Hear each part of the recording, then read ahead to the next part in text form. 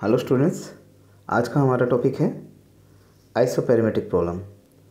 हमारे पास कुछ प्रॉब्लम्स है जिसमें एडमिसिबल कर्व केवल बाउंड्री कंडीशन को ही सेटिस्फाई नहीं करता, उसके अलावा हमारी कोई और कंडीशंस या कंस्ट्रेंट्स भी गिवन है जिसको वो सेटिस्फाई करता है। This type of the problem are known as the isoparametric problem. The isoparametric problem we can state it like this. You have to find out the curve Y X. हमें एक ऐसा curve find out करना है y x जिसके लिए जो I होगा that will have the extremum. Okay, तो जो ये कर्व है y x that satisfy the boundary condition and for that y x some another functional give some fix value. Okay, that means हमें एक ऐसा curve Y x find out करना है which will extremize the functional I Y.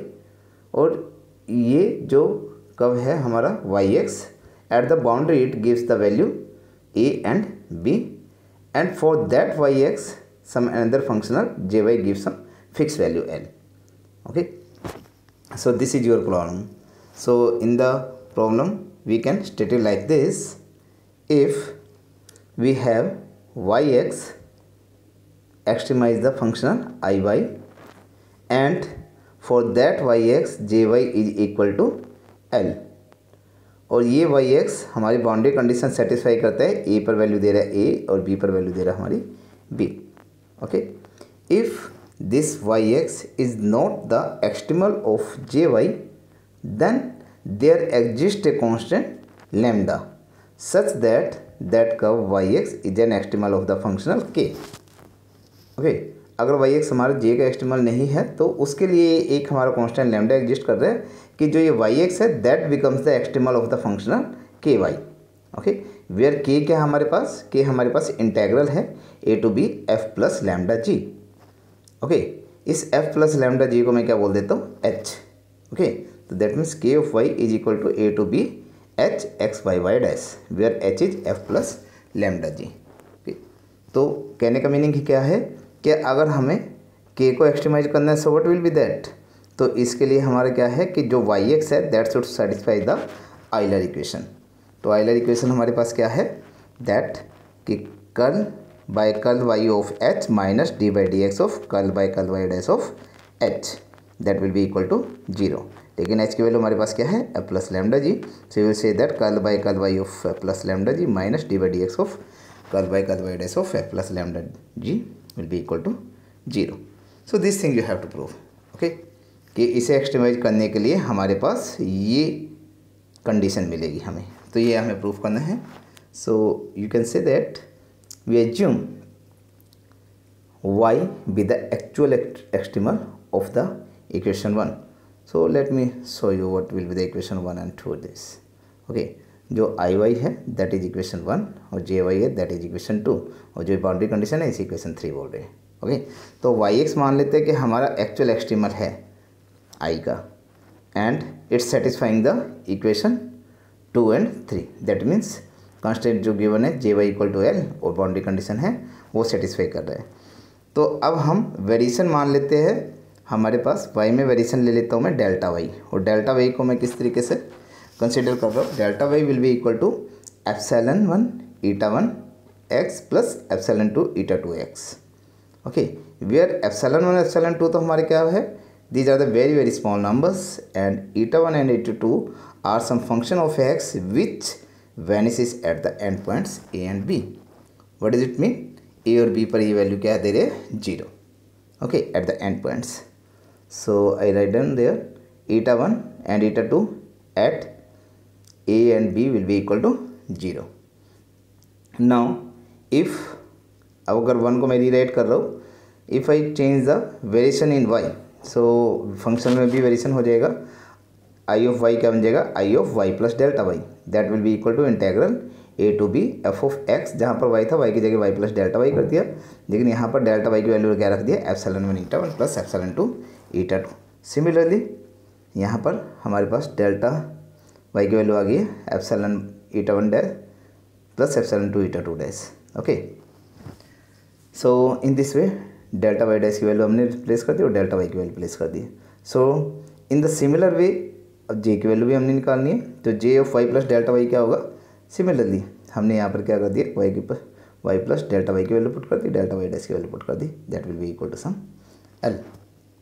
Okay, now you can check that कि हमारे पास जो equation number ये है 8 और इक्वेशन नंबर 9 है। ओके, ये दोनों के दोनों किसके फंक्शन बन चुके हैं, यहाँ पर एप्सिलॉन और एप्सिलॉन 2 होगा। इन केस मान लीजिए मैं इसका इंटीग्रेशन सोल्व करता हूँ विद रिस्पेक्ट टू एक्स, तो यहाँ पर एप्सिलॉन और एप्सिलॉन 2 वाली टर्म बचेगी हमारी, तो this will be the function of epsilon और epsilon 2 and this will also be the function of epsilon और epsilon 2।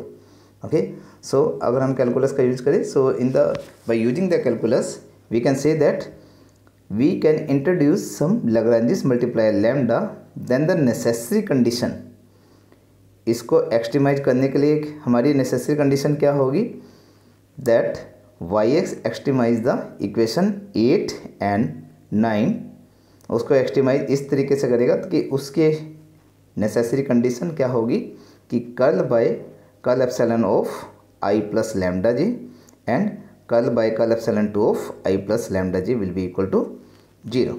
Okay, partial derivative of I plus lambda j with respect to epsilon 1 and epsilon 2 will be equal to 0. So this thing I have to take. Now I take curl by curl epsilon 1 of I plus lambda j. This is your I plus lambda and this is your j. Okay. So अगर integration हमारा same है तो मैं उसे लिख देता हूँ a to b. This is f plus lambda of g. Okay, common integral ले लिया. Now we can expand by using the Taylor theorem. तो ये जो अंदर का हमारा मटेरियल है, इसको अगर मैं by using the Taylor theorem अगर मैं एक्सपेंड करता हूँ, so what does it mean, you know the Taylor theorem कि अगर हम इसके लिए f of x y y dash, इस पर हम टेलर थ्योरम अप्लाई करते थे, तो व्हाट डज इट मीन, तो हमारे पास टेलर थ्योरम क्या थी, f of y plus epsilon, you know that हमारे पास यहाँ पर क्या है, y प्लस ये h सपोज कर लीजिए, ये k सपोज कर लीजिए। ओके, तो f of x y y dash पहले एच डी जाएगा प्लस h इंटू इसके रिस्पेक्ट में y के रिस्पेक्ट में डेरिवेटिव होगा f का पार्सल। ओके, तो ये h ऐसे कैसे, curl f by curl y plus k into y dash के रिस्पेक्ट में डेरिवेटिव होगा, तो k into curl f by curl y dash. Similarly lambda ऐसे ही है। अभी इस पर अगर मैं टेलर थ्योरम अप्लाई करता हूँ तो g of x y y dash h डीज, तो g of x y y dash h डीज, ये हमारे पास यहाँ पर h है और ये हमारे पास k है। Okay, so you say that h into curl g y curl y plus k into curl g over curl y dash will be equal to 0 plus some high order derivatives I will write. Okay, हमारा यहाँ पर high order derivative इसमें भी होगा, इसमें भी होगा, उन दोनों के कलेक्ट करके लास्ट में लिख दिया high order derivatives. Okay, now you can see that कि हमें पार्शियल डेरिवेटिव लेना है विद रिस्पेक्ट टू एप्सिलॉन 1, तो अगर मैं इसे अंदर शिफ्ट करता हूँ पार्शियल डेरिवेटिव को, so you say that partial derivative for this plus lambda, partial derivative this plus this and so on. Okay, but ये हाई ऑर्डर डेरिवेटिव है, अगर मैं हाई ऑर्डर डेरिवेटिव को नेग्लेक्ट करता हूँ and I take the partial derivative, ये independent of epsilon 1 है, ये भी इंडिपेंडेंट ऑफ एप्सिलॉन 1 है, तो इनका पार्शियल डेरिवेटिव तो हो जाएगा 0, इसमें एप्सिलॉन 1 है तो क्या आ जाएगा eta 1 into curl F by कल वाई डैश। ओके, तो दूसरे वाली टर्म का तो ये हमारा क्या बन जाएगा, 0 बन जाएगा।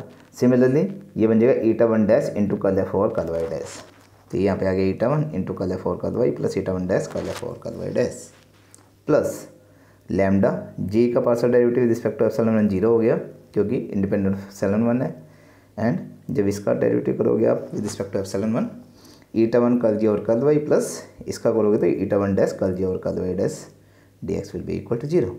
Okay, you will get, no need to write this line। so हमारे पास ये टर्म आ चुकी है अब आपके पास। ओके, तो इस टर्म को लिखने की जरूरत नहीं है, we are getting this thing.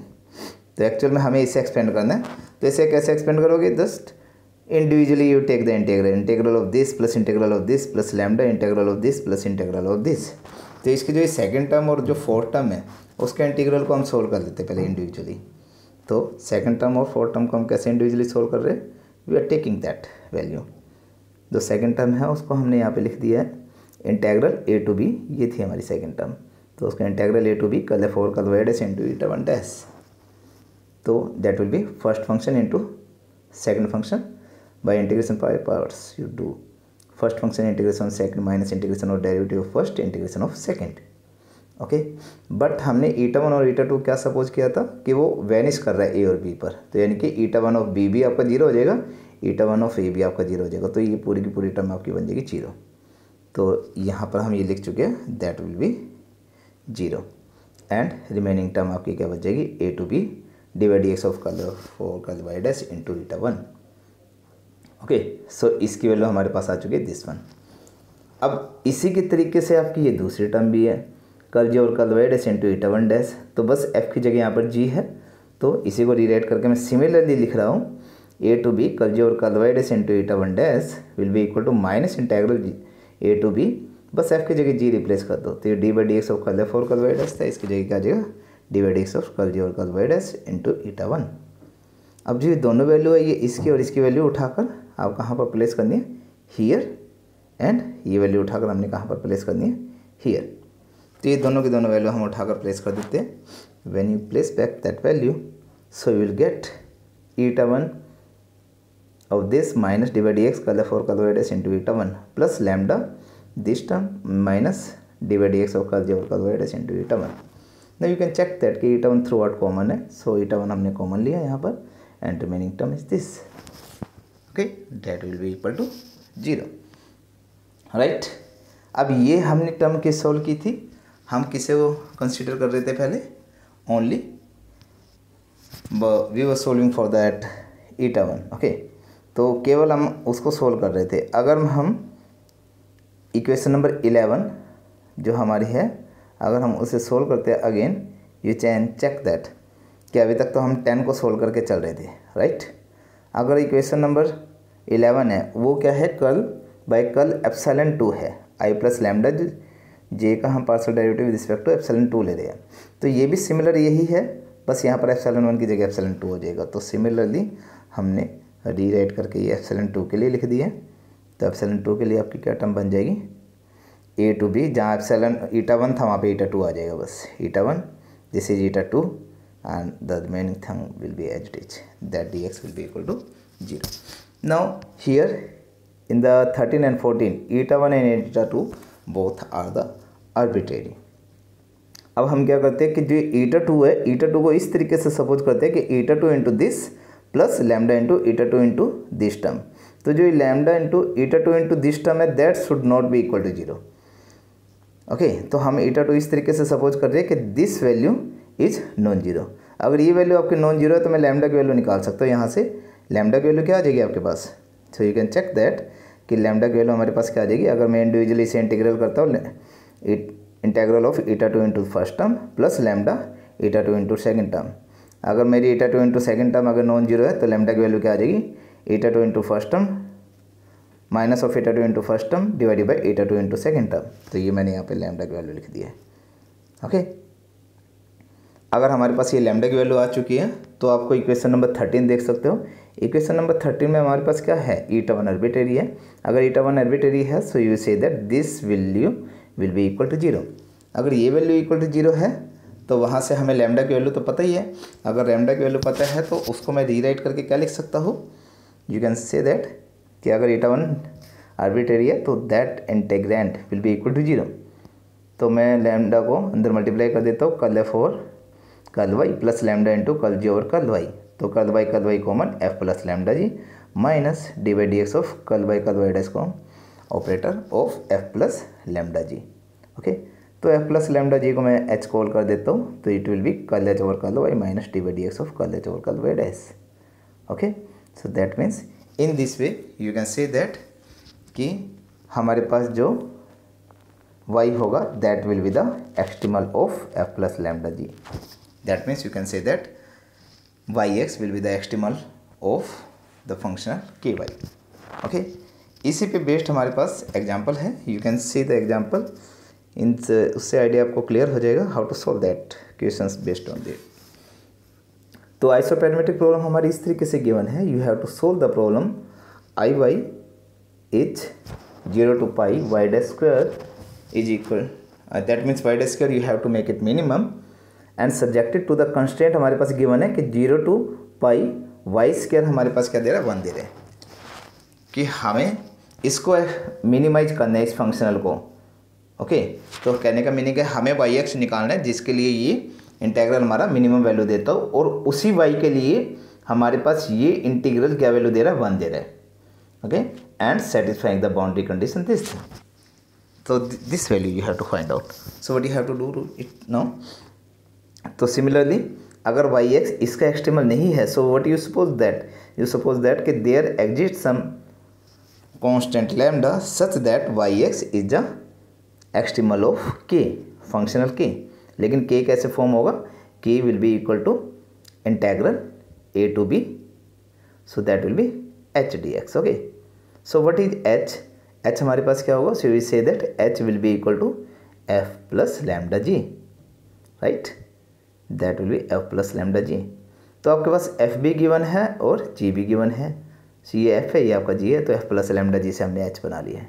Okay, so you can see that, you can see here h is f plus lambda g and h will be equal to f ये रहा आपका और g ये रहा, तो y dash square plus lambda into y square. Okay, तो अब हमारा y h को k को एक्सट्रीमाइज कब करेगा, अगर हमारे पास उसके लिए जो इंटीग्रेंड है h, अगर वो क्या करता है, हमारी एलर इक्वेशन को सेटिस्फाई करता है। So you say that curl h over curl y minus d by d x of curl h over curl y dash will be equal to 0। तो इसके करस्पॉन्डिंग अगर मैं इसका partial derivative with respect to y and y dash निकालिए, इस equation में put कीजिए।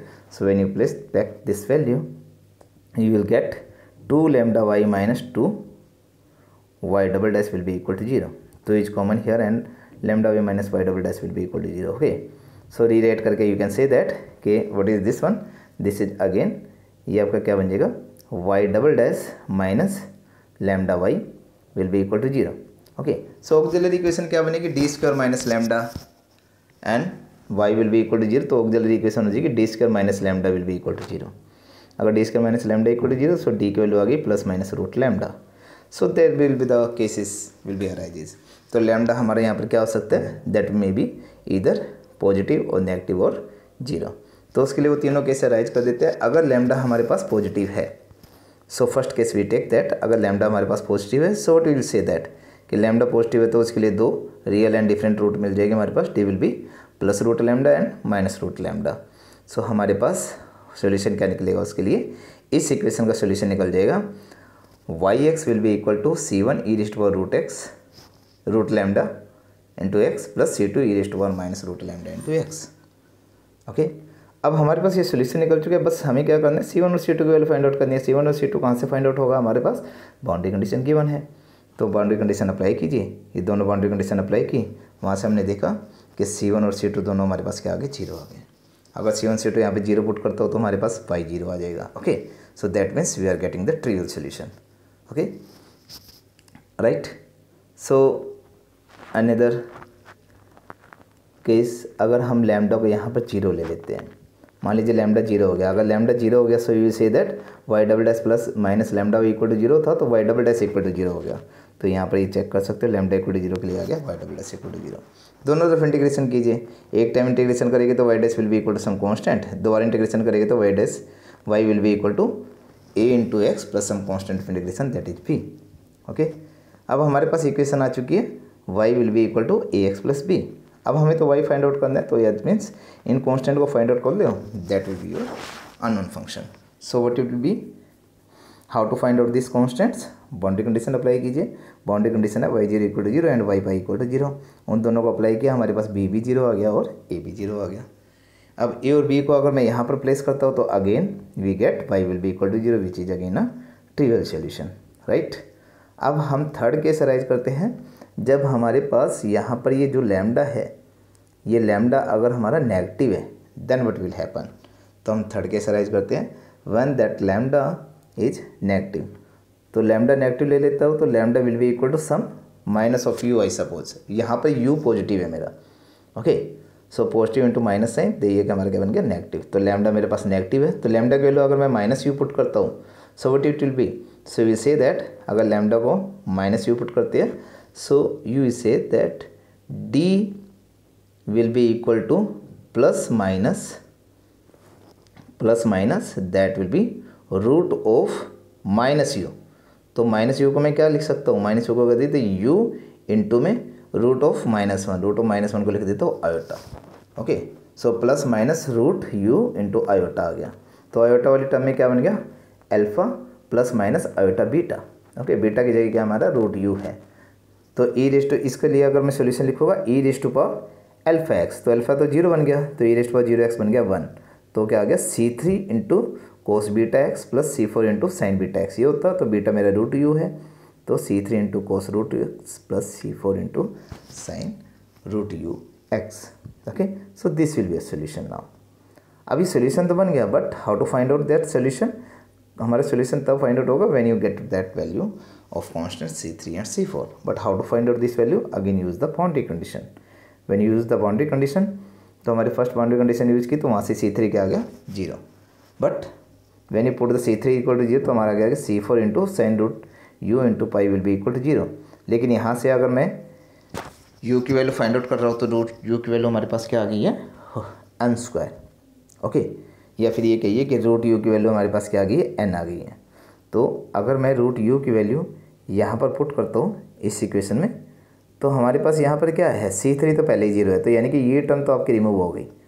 Okay, तो बन गया आपके पास y will be equal to C4 into sine root u की वैल्यू है n, तो C4 इंटू साइन nx हो जाएगा यहाँ पर। तो ये हमारी इक्वेशन आ गई है C4 इंटू साइन nx, तो y की वैल्यू ये आ गई। लेकिन हमारे पास C4 अभी भी अननोन है, so how to find out this value again. तो हमारे पास एक कंस्ट्रेंट भी गिवन है, सबसे ऊपर कंस्ट्रेंट गिवन थी आपको जिसे हम g कॉल कर रहे थे। Okay, so what was that, और jy जिसे हम फंक्शनल कॉल कर रहे थे कि उस jy की वैल्यू हमारे पास क्या थी 1। सो हम वो कंस्टेंट यूज कर रहे हैं कि 0 से पाई, जो हमारे पास जो 0 से पाई हमारे पास y स्क्वायर है उसकी वैल्यू क्या है 1 है। तो y हमारे पास क्या है C4 into sign nx, right. तो अब इसके वैल्यू का हम कह सकते हैं 0 टू पाई, y की वैल्यू रख दिया C4 इंटू साइन nx, तो ये स्क्वायर हो गया आपका C4 square into sine square nx equal to 0। तो C4 साइन स्क्वायर को अगेन हमने लीनियर में कन्वर्ट कर देते हैं, तो 1 minus cos 2 nx divided by 2। हाँ, in this way you solve. Okay, जब इस इंटीग्रल को आप सोल्व करोगे तो हमारे पास क्या मिला है कि C4 की वैल्यू आपकी पास आ गई है plus minus root 2 by pi.